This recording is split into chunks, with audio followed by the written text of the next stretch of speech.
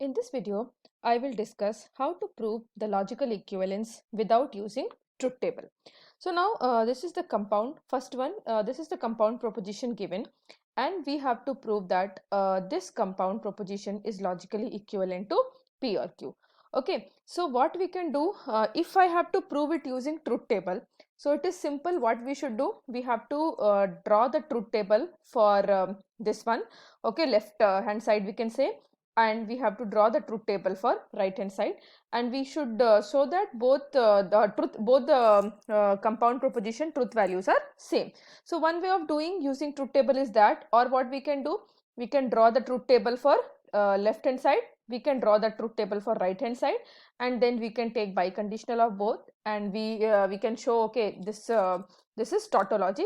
Then also we will say that they are logically equivalent. So truth table method is simple. You need to just draw the truth table and show that, okay, both the compound proposition LHS and RHS, if I say I have two compound proposition U and V, and if I say, okay, U is logically equivalent, so we'll say, okay, U is LHS and this V is RHS. So we need to just show the truth value for this U and the truth value for V is same using truth table method. Now we have to show they are logically equivalent without using truth table. So for that we should know all the laws of logic. So in my previous video lecture I have explained the laws of logic. To solve these type of question, when you have to show the logical equivalence without using truth table, you should know all the laws of logic. Okay, so let's solve the first one. Now we have what we will do, we will take LHS and then we will prove that, okay, it is equivalent to RHS. So LHS we will take, and that is P or Q and P or negation of Q or Q. So then what we have to see whether we can further simplify it by applying any law of logic. So now if I take this two expression P or Q and P or negation of Q. So you know what is distributive law? Distributive law, it says P, if I have three proposition P, Q and P or Q and R is logically equivalent to P or Q and P or R, or that is first law. Okay, and then for distributive it can be P and Q or R, then this will be P and Q or P and R. Okay, so now you can see here P is distributed over Q and negation of Q. So now we have to see, if I have P or Q and R, I can write P or Q and P or R, means from this I can write this, or from RHS I can write LHS, because both are logically equivalent. So now if I have this, I will apply by, we'll say by distributive law, by distributive law. So here first law, okay, distributive law, any law I discussed in my previous video, any law is given for and or both. Okay, so now this is given. Okay, so here we can say P is P only, Q is Q only, and this R is nothing but negation of Q. So if I have this, I can write this, right? So I can write this is equivalent to P or Q and R. So we can write it as P or Q and R is nothing but negation of Q. Okay, so this by distributive law. Okay, and now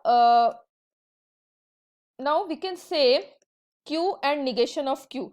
Q and negation of Q is a contradiction, right? If I take Q and negation of Q, if I say Q and negation of Q, so definitely if this is 0, this will be 1, and if I have and here, this will be 0, or if I take this as 1, this becomes 0, so 1 and 0 also will be 0 only, so this will always be false, so this will be P or false. So because we will write, because Q and negation of Q is a contradiction, and then P or F, definitely if I have P and we have R here and this is false, so definitely if this is false, so the value, if this is the input, the output will be what we can say, it depends on the value of P, because if this is true, the value will be true, this is false, the output will be false. So if I say this is 0, 0 or false, it will be 0. If this P is 1, definitely, because for R one of the input should be true, so it depends on the value of P, so here it will be 1. So you can see here, if input is 0, output is 0. If input is 1, output is 1. So that means this expression, I can say it is equivalent to P. So this is nothing but P. And then we just simplified this compound proposition and we had Q, right? Now further we cannot simplify. Okay, and this we will say P or Q, and this we will say by identity law. P or false is equal to P by identity law, and then we had Q. Further we cannot simplify it, so this is what, nothing but RHS. Okay, so like this we can take either LHS, and by applying the laws of logic, by applying appropriate law, we can prove that it is equivalent to RHS, or we can even take RHS and we can prove that, okay, by applying some laws we can prove that it is equivalent to LHS. So here you can see this LHS, this expression is big, right? If I take RHS, it will be difficult for us to prove that it is equivalent to LHS. So definitely here in this case we have to take LHS and prove that it is equivalent to RHS. Now let's take this one, second one. Okay, so here second one we have, I'll write the question again. So P implication Q implication R is equivalent to P and Q implication R. So for any, you have seen any loss is given with respect to and or. It is not given with respect to implication. So whenever you see implication in question, what you should do? We know that P implies Q is logically equivalent to negation of P or Q, negation of P or Q, right?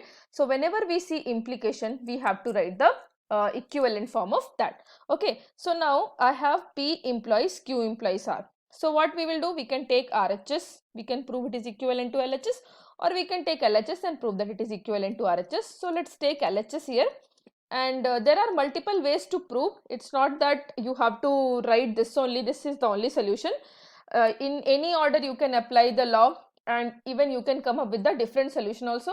The only thing is the number of steps may be different if you are applying different law, and but the final answer will be same. Okay, so we take LHS, so P implies Q implies R. Okay, so we'll say this is the if I say P implies Q, so this part if I say left hand side and this part if I say right hand side. So if I have implication, what will I write? Negation of P or Q, right? So then here, if this is the left hand side and this is the right hand side, I will say that it is equivalent to negation of P or Q implies R. Again here I will apply the same thing, this equivalence thing, and I will write, okay, negation of P or, and this Q implies R, we can say it is equivalent to negation of Q or R, right? So now if I take, so this we will say, because P implies Q is logically equivalent to negation of P or Q. So that's how we have, after this we have written this step. So when you are solving the problem, you should mention the name of the law also, or why you have given that, okay, why you have written after this, why this step has come. So you have to justify, you have to write the name of the law, or like this, if something is equivalent to something else, you have to mention that. Okay, same way here also, P implies Q is logically equivalent to negation of P or Q. Using that equivalence thing, we have written this step. Okay, now here I have negation of P or negation of Q or R. So we will say by associative law, by associative law we can say negation of P or negation of Q or R. So by associative law. And when I discussed law, I had told when here outside and inside you have same symbol, that means you need to apply associative. For example, here if I have or, here also I should have or. Here if I had and, here also I should have and. So then that's how you can differentiate whether I am going to apply associative law or I am going to apply distributive law. So what is associative law? We know that P or Q or R is nothing but P or Q or R. Okay, so that's how we have written this.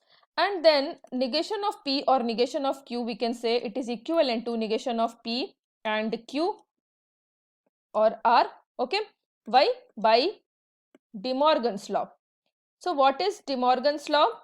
De Morgan's law is P negation of P and Q is nothing but negation of P or negation of Q.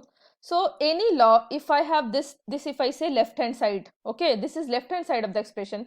From this I can say, okay, instead of writing this I can write this. Same way if I have this I can write this. So from this I can write this and from this I can write this. Okay, so even De Morgan's law is given for and or both. So even it is given for or also. So then in that case it was negation of P and negation of Q. So here basically it is for and. So if I have negation of P or negation of Q, means this one, so I can write it is equivalent to negation of P and Q. Okay, and then negation of something or R, I can say it is nothing but P or Q, P and Q implies R by again same negation P implies Q is logically equivalent to negation of P or Q. So if I have negation of this or R, so I can write this implies R and this is what? This is RHS. So that's how. Always remember, whenever you have implication, you have to write the equivalent form. Means P implies Q is equivalent to negation of P or Q, because or else you cannot apply any law, because all the laws are given for or and add. So here if you have implication or even if you have biconditional, you should rather rewrite the compound expression in terms of and or. So hope the concept is clear to you. Thank you for watching.